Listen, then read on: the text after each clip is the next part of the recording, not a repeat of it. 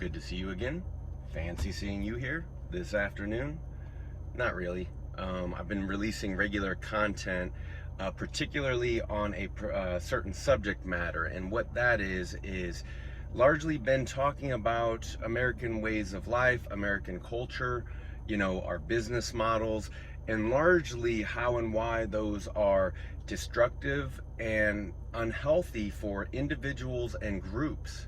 Right? So this morning I was talking about, the last few videos have been kind of a few themes, namely the idea that Americans are taught by our very business model and our way of life that Americans are taught to value money but not value time, aka life itself, or other people's time and therefore their lives, right? And you can see this in the violence and the dehumanization in our corporate culture and in our culture, period. So there's that, which is the consequence of being a social security number in a large system of other social security numbers, right? So there's that side of things. The other thing I was talking about is with this devaluing of time, aka life, reducing it down to paper money, which isn't backed by anything real or valuable, right? It's just owned. But what it is that, well, I guess I said it. I was thinking about it this morning, and I recorded just impromptu in the moment. So I'm going to go on ahead and play that and then kind of riff off of that, because this really sets the stage. And I want to be quick here because it's too hot. The idea of permission marketing is absurd and a lie. It's soft language. Consent was removed a long time ago. So the way this works is, Americans have been deluded that anything is free, whether that's free content online, right? Mm-hmm. Because it's taking someone's time, and someone's time is someone's precious, most valuable resource, their life itself, their health, right? They are spending it to do something. Nothing's free. Eventually time runs out, health runs out, eventually things run out. Nothing is free. I want Americans to unlearn the idea that anything was ever free. No, you're always paying. Someone's always paying. Right? The question is who? Where are the costs hidden? So first off, there's the idea of free, and there's no such thing as free. And everything else has followed that model. And content was more like the latest thing. Social media was the latest thing, because before that, like, hey, come get a free vacation, but you got to sit for this timeshare representation or presentation. Oh, come on in the door, the first one's free, but you got to buy the first one. So it's buy one get one free, but you got to buy one to even get one. So what's actually free? The value of one should be half of what it's cost then. Right? We can go on down the psychological games that are played. Another one that comes to mind is like the idea of all these different products, a bunch of jars of peanut butter, just a few ounces more or less, and they all tell you how much it costs per ounce, and they want you to sit there wasting your time doing the math in the grocery aisle, figuring out, oh gee, how many pennies can I friggin' save? This is how they want people to spend their time. They don't care, the corporation doesn't care if you waste your time with customer support, whether you're talking to someone in America or a call center in India. They don't care if you're there in the aisles wasting your precious life going, geez, the corporation is saving me 6 cents by selling me this deal. It's like, it's all fabricated, it's all manufactured, it's all a psychological game. And if they're games, then it's questions of, do I want to play this game? What are the rules? Am I aware that I'm even playing the game? And have if people honestly inform me of what the true nature of it is, right? So I despise the way Americans are constantly gamified and manipulated in this way. Is, hey, it's free. And then the reality is, no, it's not. You got to pay, and you're going to pay with your time and your money and any number of your brain things. And your thoughts and your feelings. And there's no permission in any of in your life, again, precious life. My biggest critique of American culture is that it's been a culture of middlemen, people who unfortunately have to harass everyone from strangers to their own family to make a living. And the more you harass, the more you bother, the more persistent. And yeah, I get it. You can be polite and really win people over and become good in your business and in your sales. Customer service is everything. Customer service is everything. It's long been a big dividing line and difference in pricing and how well you will be received, because I'm a big believer that This is, a lot of businesses fail precisely because they fail to respond to clients. Ultimately, they're in it for themselves, and it shows. And eventually that comes out, and most businesses fail because most people are doing as the model tells them to, just to get what they can. You cut corners where you can, you save time where you can, and you take everything from the consumer that you can. I know everyone justifies their reasons, but there's no denying that everyone has been taught these same lies and to do the same thing, and they've done it right to the brink of collapse. Selling imitation, selling the Ponzi schemes, selling the MLMs, selling the do as I did. Right? If someone's selling you the do as I did to get rich, they're like, that's how Pyramid. they got rich. They didn't get rich before they started selling you the Or pyramid. they did. Right? That was So just there's more a big money. difference between selling you a product or a service, something that was created and exists, and then selling you the selling you. So then you can sell someone else the selling you, right? The lies. Oh, and the first one's free. Oh, you can get in for free, Anyway. No, you can't.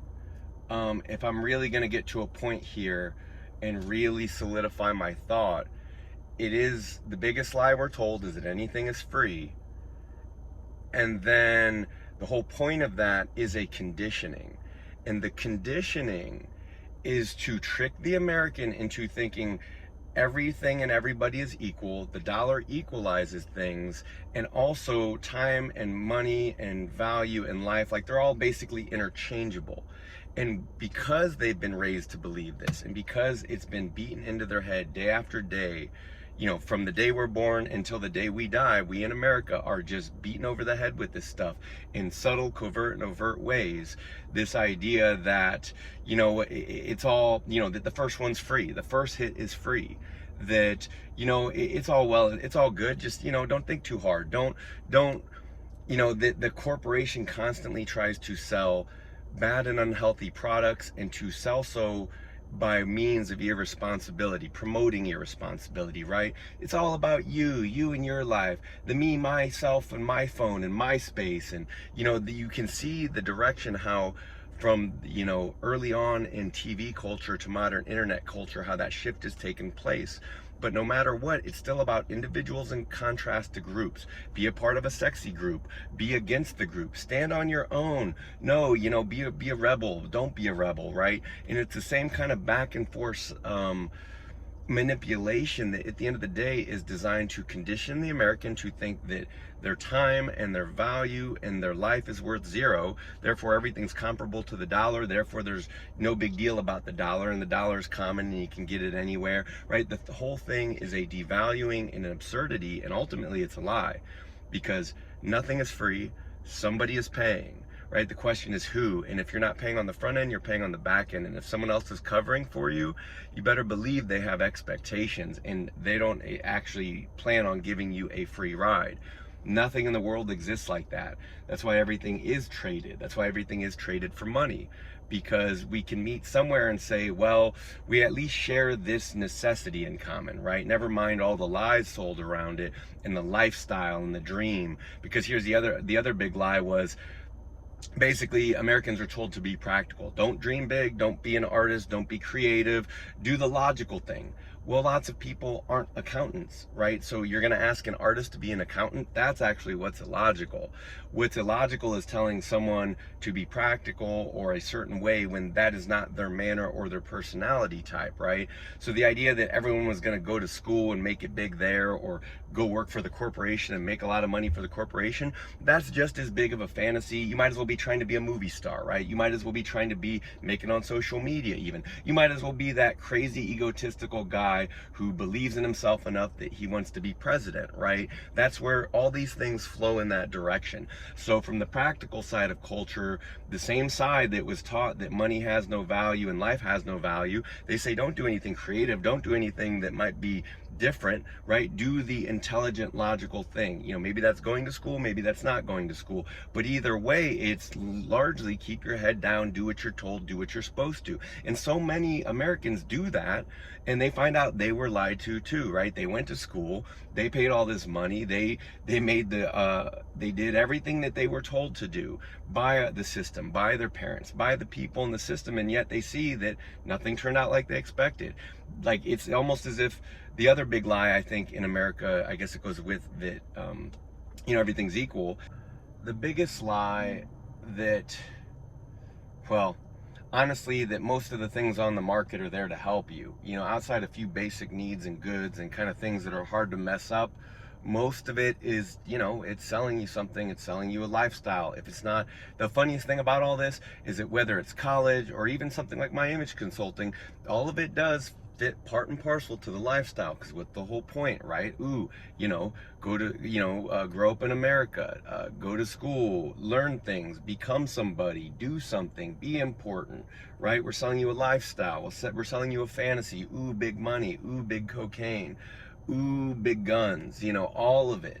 Like, all of these things are part of our lifestyle, and there's almost no part of it, you know, other than, you know, I guess you could, what people might think of like more average people who have more reasonable dreams or notions of life, right? They don't, not, I know not everyone wants to be king of the pyramid, not everyone's chasing the big fantasy, not everyone's chasing the big dream, but again, that's also part of the conditioning, right? Why bother? Do what's safe, do what you're told, do what works for people, do what's been done before, right? This is just practical life advice, because if you have something that works and it's easily repeatable, naturally you do it.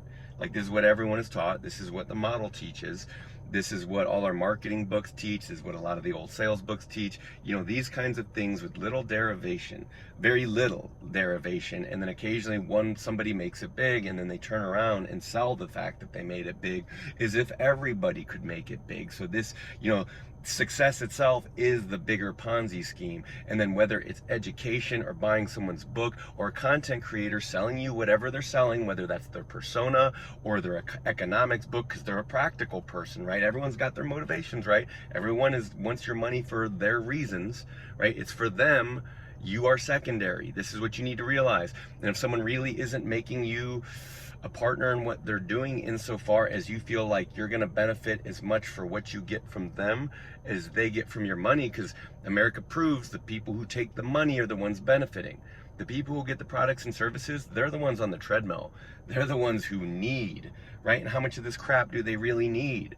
Like, you know, I tell you what, people don't need to be sitting in a grocery aisle wasting their precious life counting pennies, right? And I get it, life at the bottom is hard, for people, and it's always been that way. And you might say that people need to do that of necessity, and I say no. How about they just make a few packages and make it a little bit more straightforward? They don't need that many bottles of peanut butter. I don't need to. They produce the products, they're taking my money. They also shouldn't be able to then take my time. It should be clear to me what I want to buy, you know, and this is why they have marketing and advertising, because people need help with these things. Not really, you know, it's more like people are easily manipulated. They don't necessarily, like, people know what they need. They need food, they need shelter, they need family. All the things that the corporation state has subsumed and devoured and turned into monetized ventures, making it hard for people to have friends and families, and the lie that anything was free or easy, or that, and also the lie is basically having all avenues cut off from you, because you were told to be sensible and practical. That didn't work. You're told to take a chance. That might not work. No matter what you're told and what you do, you're being manipulated down these avenues. And as more and more of them change and are cut off and lose their values, you see that it just, the results, the human results paid for it are magnitudes more than whatever the dollar was. Like, that dollar money is going to burn up. It's going to be forgotten.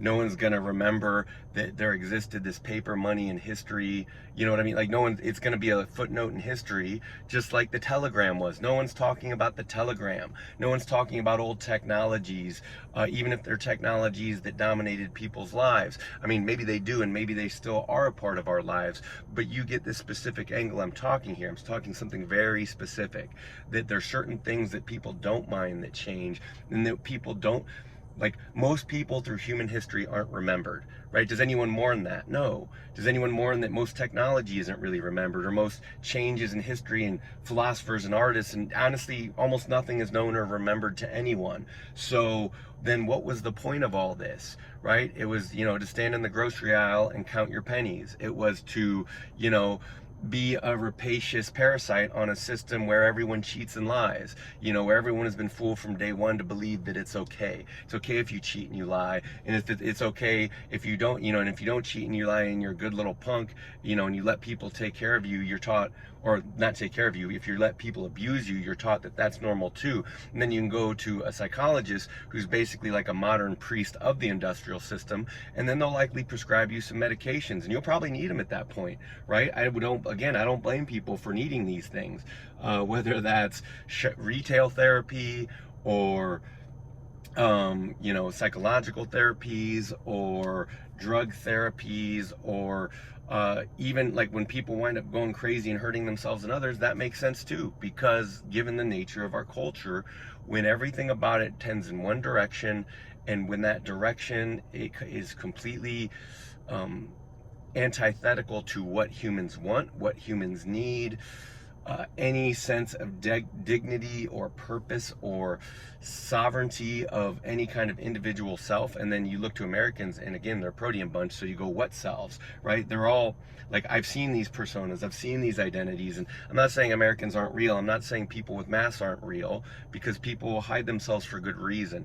What I'm saying is that the ways in which, again, they've been kind of cheated, they've been kind of robbed, everything has been watered down on the market, everything has been bought and resold, everything has been lied about, to where they're not even sold or given what's best about their culture, because it's too much of a permanent fix. It's too much like having a sense of frames of orientation and sense of relatedness to other people, and being able to communicate with people of your culture, no matter who or what they are. Because here's the thing about America, is there's a lot of different people from a lot of different cultures, a lot of different languages, a lot of different experiences, a lot of different circles, of which many never meet, right? So to be able to talk to anyone is powerful. To be able to work with people is powerful. Nothing about our culture really facilitates that. So everything has gotten smaller, everything has gotten more ripped off, everything has gotten thinner, and like the culture is 1,000,000 miles wide, but it's only an inch deep.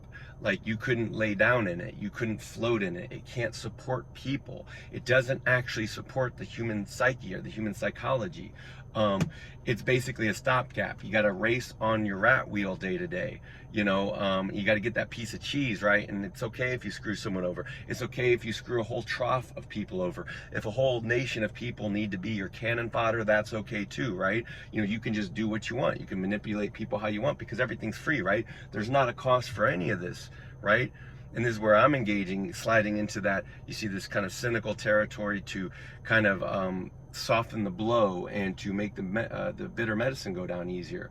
But I wanted to kind of sum up my thoughts here on the corporation state and say, hey, it's a false idol. Hey, it's one big lie. Hey, what it sells and how it sells it, I get it. It helps make us powerful. It's really sexy.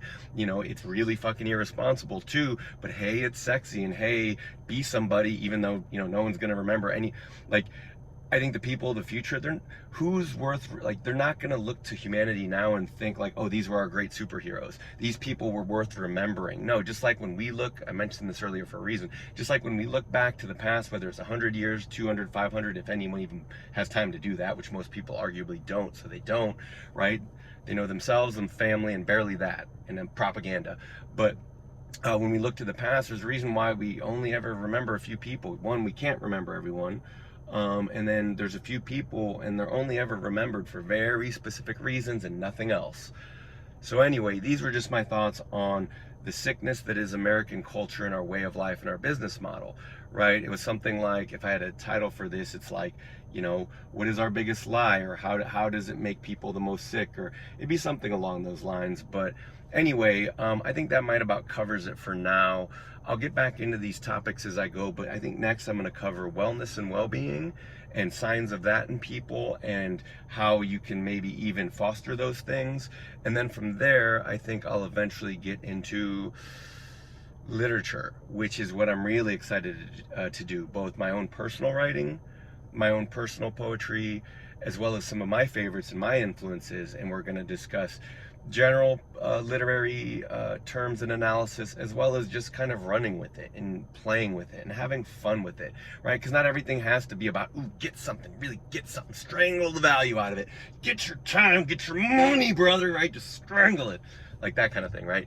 So we don't have to do that. It's okay to just be. It's okay to just enjoy something, like stopping to smell the roses. And if there's one thing I could sell my fellow Americans, and I wouldn't sell it to them, I'd give it to them for free, because I know we all want everything in pill form, and we want it simple and we want it easy. But I really want you to, I want you to stop and smell the roses.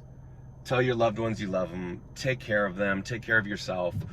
You know, don't waste your time with what you hate. Yes, I've been addressing some of this in these talks here, but there's always a time to move on. Anyway, thank you for your time, and have a good day.